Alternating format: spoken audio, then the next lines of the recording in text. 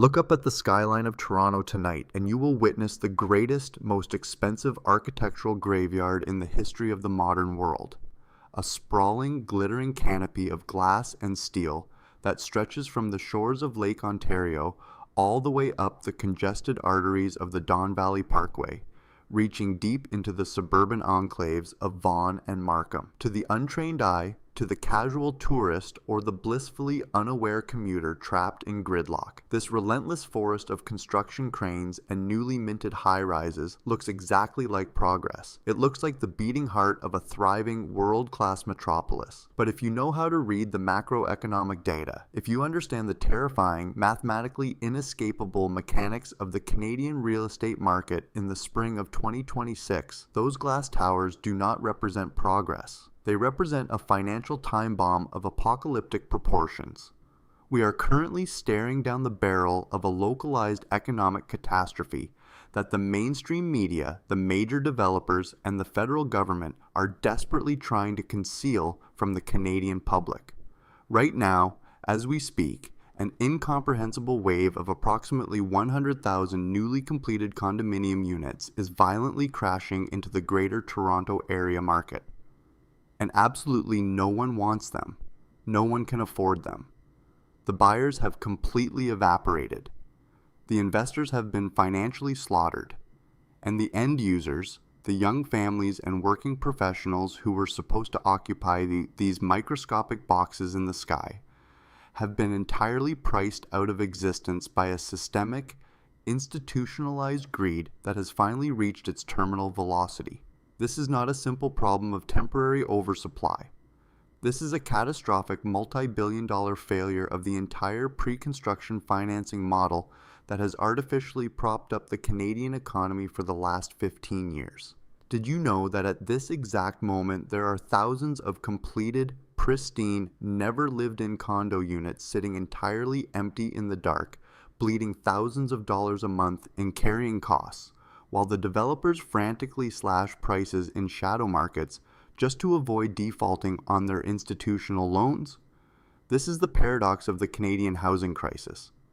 We have supposedly run out of homes for people to live in, yet we have simultaneously built 100,000 concrete boxes that are completely unlivable from a mathematical, financial perspective. In this exhaustive, deep dive investigation, I am going to expose the hidden, rotting scaffolding of the Toronto condo collapse. I will walk you step by step through the terrifying appraisal gap execution that is currently bankrupting thousands of middle-class families, and I will reveal the forbidden, closely guarded truth about the shadow banking syndicate that is quietly preparing to seize these assets for pennies on the dollar. But before we cross the threshold into this dark reality, a gentle and necessary warning. The following is a rigorous, independent macroeconomic analysis based on real-time data and investigative journalism from the ground in 2026. It is designed purely for educational and documentary purposes, and it absolutely does not constitute financial, real estate, or legal advice.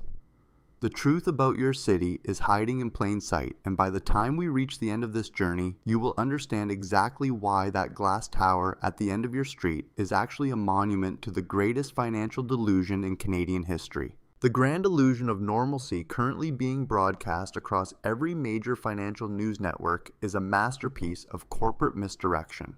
An elaborate, highly funded psychological operation designed to keep the general public completely docile while the institutional smart money quietly heads for the emergency exits. If you listen to the perfectly coiffed real estate brokers on TikTok, or the heavily biased economists employed directly by the Big Five Canadian banks, they will enthusiastically assure you that the market has fundamentally stabilized.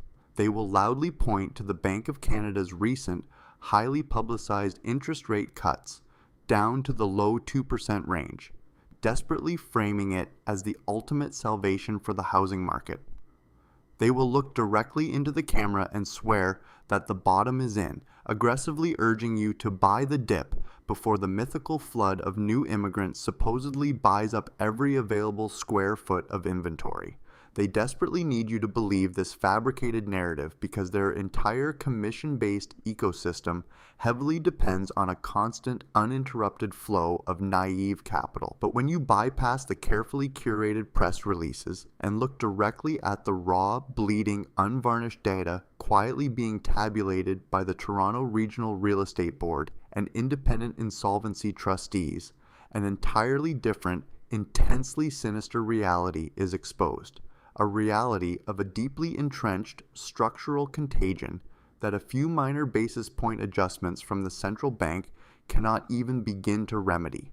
Over the past 24 months, the volume of active condo listings in the Greater Toronto Area has not just steadily increased, it has violently, parabolically exploded, reaching historical highs that completely dwarf the absolute darkest days of the 1989 Toronto real estate crash. We are currently witnessing an absolute undeniable bloodbath in the assignment sale market. An assignment sale, for those who are unaware, is when an investor who purchased a pre-construction condo years ago desperately tries to sell the paper contract to another buyer before the building is actually finished, strictly because they cannot secure the financing to close the deal themselves. In 2021 and 2022, during the absolute peak of the pandemic-fueled real estate hysteria, these contracts were being flipped like rare trading cards for hundreds of thousands of dollars in pure, unearned profit. Today, in 2026, the assignment market is a desolate graveyard of broken dreams. Desperate investors are listing their contracts for tens of thousands of dollars below their original purchase price, explicitly offering to forfeit their massive $50,000 or $100,000 deposits entirely, just to escape the terrifying legal liability of the impending closing date. They are entirely willing to walk away with absolutely nothing, their life savings completely incinerated, just to avoid being sued into personal bankruptcy by the developers. But here is the first terrifying open loop for you to deeply consider as we navigate this wreckage. If the individual mom-and-pop investors are currently being financially slaughtered and mathematically forced to walk away from their life savings, who exactly is stepping in to purchase the defaulted contracts from the panicked developers? If the retail buyer is dead, who is quietly accumulating the keys to the city while the mainstream media distracts you with stories about minor interest rate cuts? The answer lies hidden deep within a labyrinth of unregulated private equity, and the catastrophic cost of this silent transfer of power is about to fundamentally alter the fabric of Canadian society. To truly comprehend the visceral, devastating, deeply personal reality of this macroeconomic collapse, we must forcibly pull ourselves away from the abstract, sterile spreadsheets and examine a highly granular, agonizingly real case study. A tragic, entirely avoidable financial destruction that is currently unfolding in hundreds of identical, glass-walled living rooms across the city tonight. Let us intimately examine the lives of Michael and Elena. They are the exact demographic that the Canadian government relentlessly encouraged to blindly participate in the real estate market. Young, highly educated, dual-income professionals working in the tech and healthcare sectors. Back in the euphoric, low-interest rate fever dream of 2021, constantly bombarded by aggressive, inescapable marketing campaigns promising endless, guaranteed appreciation, they made the ultimate leap of faith. They visited a glamorous, champagne-soaked sales center in Vaughan and purchased a small, 600 square foot pre-construction condominium for the astronomical sum of $850,000. They were repeatedly, confidently told by their broker that by the time the building was fully completed in 5 years, the unit would effortlessly be worth well over $1 million. They dutifully scraped together their entire life savings, borrowed heavily against their parents' remaining home equity, and proudly handed over a massive $170,000 deposit. For years, they genuinely believed they were financially secure. They believed they had successfully purchased their golden ticket into the Canadian upper middle class. But then, the calendar relentlessly turned to 2026. The building is finally complete. The developers have officially registered the condominium corporation, and Michael and Elena have been given exactly 30 days to secure their final mortgage and formally close the transaction. This is the exact moment the trap violently snaps shut. When their bank sends an independent appraiser to strictly evaluate the finished unit, the appraiser does not care about the lofty promises made in 2021. The appraiser strictly cares about the current, frozen, heavily discounted market of 2026. The appraisal comes back, and the number printed on the page is an absolute death sentence. The bank determines that the condo is only mathematically worth $600,000 in the current market environment, a staggering $250,000 less than the original purchase price. The bank will strictly only lend them mortgage funds based on the new, heavily discounted appraised value. Suddenly, Michael and Elena are mathematically trapped in the devastating phenomenon known as the appraisal gap. To successfully close the deal and secure the keys, they do not just need a standard mortgage. They must magically produce an additional $250,000 in pure liquid cash out of thin air to cover the absolute difference between the bank's loan and the developer's legally binding contract price. They simply do not have it. Their parents do not have it. Their revolving credit lines are already exhausted, just surviving the inflation crisis. If they cannot close, the developer will not merely keep their original $170,000 deposit. The developer possesses the absolute legal right to aggressively sue them personally for the remaining breach of contract, actively garnishing their wages and forcing them into a brutal, humiliating personal bankruptcy that will destroy their financial lives for the next decade. Michael and Elena are currently paralyzed by a suffocating physical anxiety, sitting in their rented apartment, slowly realizing that 5 years of extreme sacrifice have been vaporized by a shift in macroeconomic policy they had absolutely no control over. This is the raw, bleeding edge of the 100,000 condo flood. It is not just empty concrete boxes. It is the systematic, mathematical obliteration of a generation's wealth, transferring their life savings directly into the pockets of the institutional class.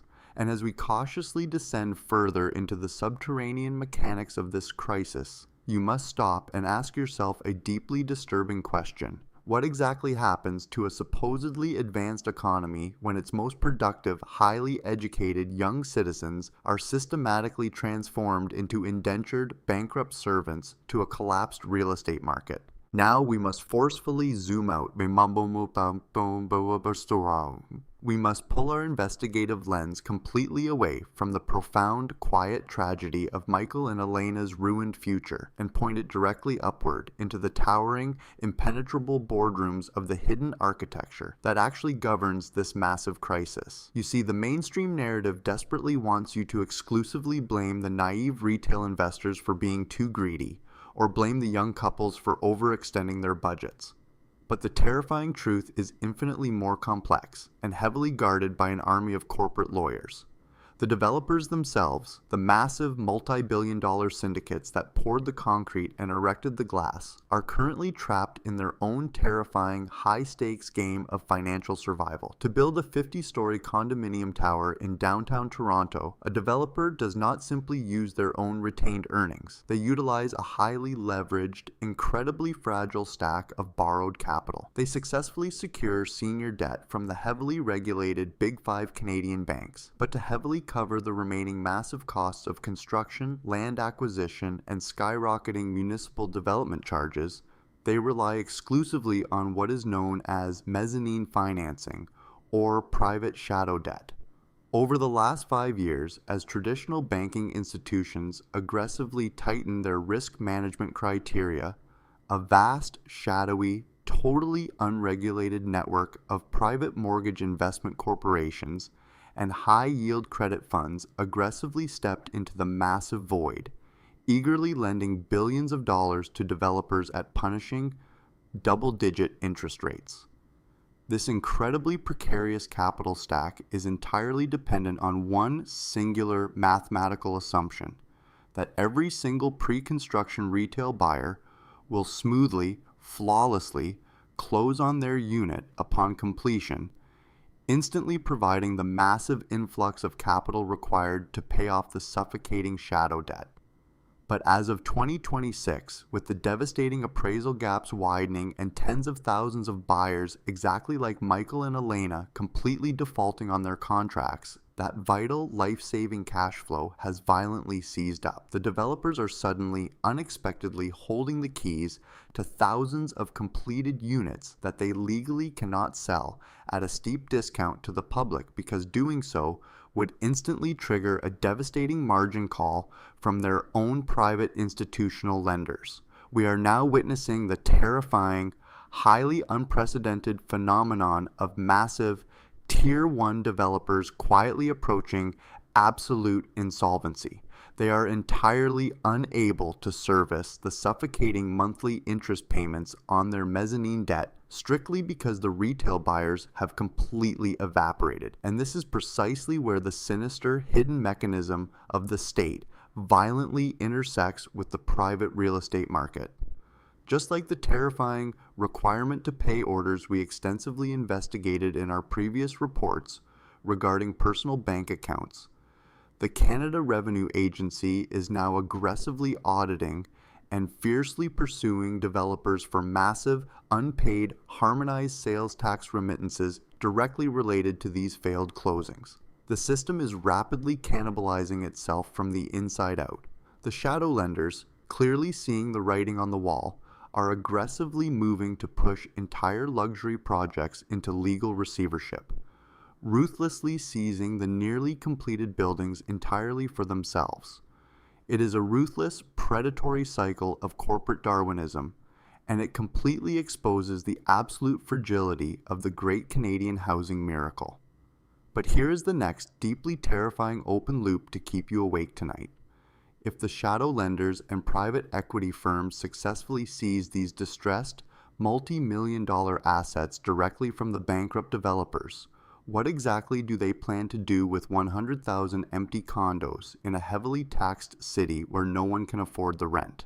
The ultimate endgame they are actively preparing for is a concept so fundamentally un-Canadian, so utterly dystopian, that it will permanently alter the entire concept of property ownership in this country. We are now rapidly, uncontrollably hurtling toward the absolute climax of this investigation, the definitive structural breaking point of the Canadian real estate market.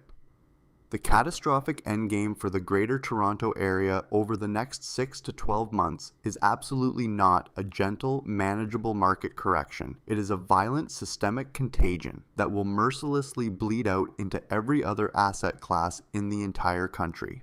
Let us rigorously paint a vivid, mathematically sound picture of what the impending impact actually looks like on the ground.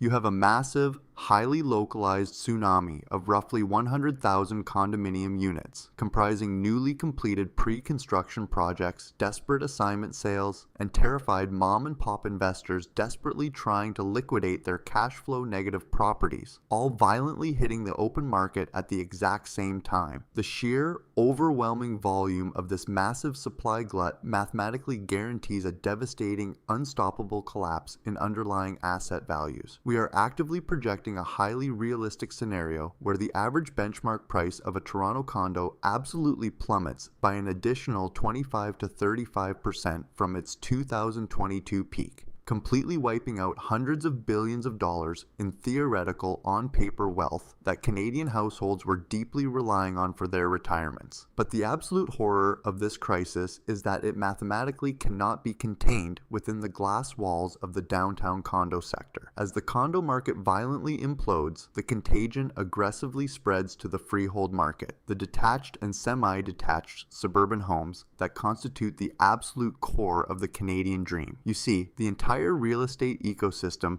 is deeply, symbiotically interconnected. Move-up buyers desperately need to sell their starter condos to afford the massive down payment on a suburban detached home. When the condo market completely freezes, the move-up buyer is instantly paralyzed, completely severing the vital chain of demand that artificially props up the million-dollar properties in the suburbs. Furthermore, as developers face mass insolvencies and the multi-billion-dollar shadow banking sector aggressively contracts, the sheer, unimaginable destruction of capital will violently ripple through the broader Canadian economy, rapidly triggering a severe localized recession heavily concentrated in the construction, financial, and legal sectors.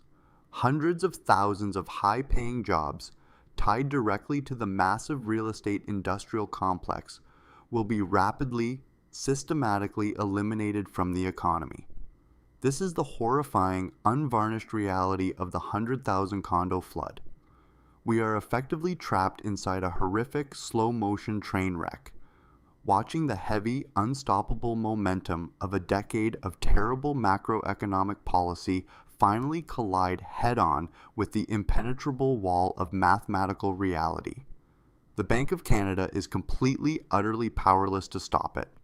If they drastically slash interest rates to near zero again in a panic, they will instantly trigger a devastating currency crisis and imported hyperinflation that will destroy the middle class. If they maintain rates, the real estate market actively burns to the ground. It is the ultimate, inescapable geopolitical and macroeconomic trap, and you, the average, hard-working Canadian citizen, are entirely positioned as the expendable collateral damage. The sheer psychological weight of this impending collapse is suffocating, as families begin to slowly realize that the massive equity they spent their entire lives frantically building was nothing more than an accounting illusion. A temporary mirage generated by a central bank that fundamentally misunderstood the absolute structural limits of consumer debt. But you absolutely do not have to passively accept your assigned role as a helpless victim trapped in the wreckage of this predatory architecture. There is a definitive, highly strategic way to aggressively build an impenetrable shield around your family and your wealth. We have finally arrived at the crucial moment to fully release the suffocating tension and actively deliver on the promise I made to you at the very beginning of this broadcast. Here are 3 hyper-specific, fiercely protective, institutional-grade strategies you absolutely must aggressively implement right now to permanently insulate yourself from the incoming shockwave of the Toronto condo collapse. First, you must immediately execute a highly defensive strategy known as collateral isolation. If you are a suburban homeowner who previously utilized a home equity line of credit or HELOC heavily secured against your primary residence to purchase a pre-construction condo or a highly speculative investment property, you are currently residing in extreme catastrophic danger. You must proactively, urgently consult with a specialized, high-level real estate lawyer to explore every single legal avenue to permanently decouple the liability of the failing condo asset from your primary family home. Do not blindly trust the developer's aggressive lawyers or the bank's automated collections department. You must legally ring-fence your primary shelter before the bank aggressively attempts to cross-collateralize your outstanding debts and violently forces the sale of your actual family home to cover the massive appraisal gap of your failed investment. Second, you must radically pivot your entire investment philosophy toward tangible yield defensiveness. The era of blind, highly speculative capital appreciation in Canadian real estate is definitively, permanently dead and buried. If you possess liquid capital and are eagerly looking for opportunities in the wreckage, you must completely ignore the phantom promises of pre-construction projects and focus strictly on deeply discounted, cash-flowing properties that mathematically sustain themselves in a high-inflation, high-vacancy environment, or logically pivot entirely out of real estate into specialized, high-yield commodity equities that are fundamentally decoupled from the collapsing Canadian domestic credit cycle. Third, you must intimately understand and fiercely prepare for the renegotiation window. If you are exactly like Michael and Elena, actively trapped in a devastating pre-construction contract you physically cannot close, you must immediately abandon the paralyzing emotion of personal shame and embrace cold, highly calculated legal strategy. Institutional players aggressively walk away from bad contracts every single day. It is strictly a mathematical business decision, devoid of emotion. You must hire aggressive, highly specialized litigation counsel to formally challenge the developer's strict ability to deliver the unit exactly as specified in the original floor plans. aggressively hunting for minor technical material changes that can legally void the contract entirely and instantly trigger the return of your massive deposit. By ruthlessly executing these 3 precise, unyielding steps, you mathematically elevate yourself completely out of the frantic, panicked herd and assume the powerful, untouchable position of a highly educated, solvent observer. We have relentlessly covered an immense, overwhelming expanse of highly complex territory together in this deep dive investigation, journeying from the desolate, empty glass towers piercing the dark Toronto skyline, all the way down into the darkest, most predatory mechanics of shadow banking, mezzanine debt, and terrifying appraisal gaps. But there is one final, profoundly chilling mystery that I have intentionally withheld from you until this exact critical moment. A hidden, overarching institutional endgame that completely redefines absolutely everything we have just discussed. As the heavily leveraged developers inevitably collapse and the desperate retail investors are systematically wiped out, a massive, highly coordinated, multi-billion-dollar consortium of international real estate investment trusts, highly capitalized private equity firms, and deeply entrenched global sovereign wealth funds are quietly, patiently waiting in the shadows. They are actively, aggressively pooling billions of dollars in dry powder, explicitly preparing to execute a massive, historic block purchase of these distressed condo units for absolute pennies on the dollar directly from the receivers and the banks. But they are absolutely not going to sell them back to you or your children. They are aggressively preparing to convert these hundreds of thousands of individual units into a permanent, heavily monopolized, highly institutionalized rental class.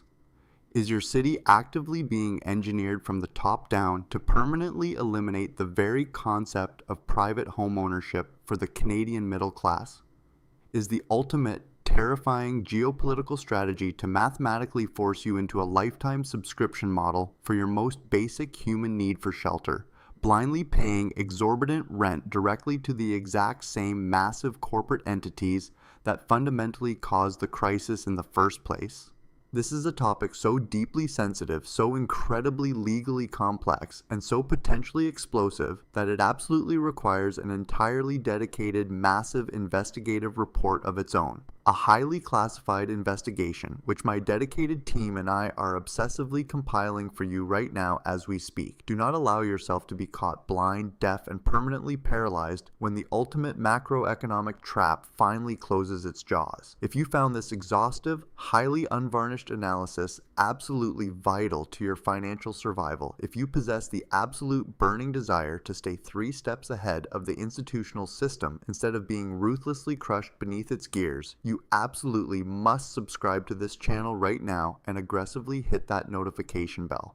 The incredibly narrow window for strategic preparation is rapidly, violently closing, and the classified data I am preparing to release in our next major report could be the only physical barrier legally standing between your family's survival and the devastating reality of the permanent renter state. I leave you with this final, lingering thought. What exactly would you do if you realized that the home you are desperately trying to save was never truly yours to begin with, but merely a temporary, highly taxed lease granted to you by a financial system that has finally decided to collect? Leave your detailed thoughts, your personal stories, and your most aggressive survival strategies in the comments below. I vigorously read every single one of them because your ground level truth is precisely what fuels the fire of this channel. Stay incredibly sharp, stay endlessly skeptical of the official narrative broadcast to you, and above all else, stay profoundly solvent. I will see you in the next report.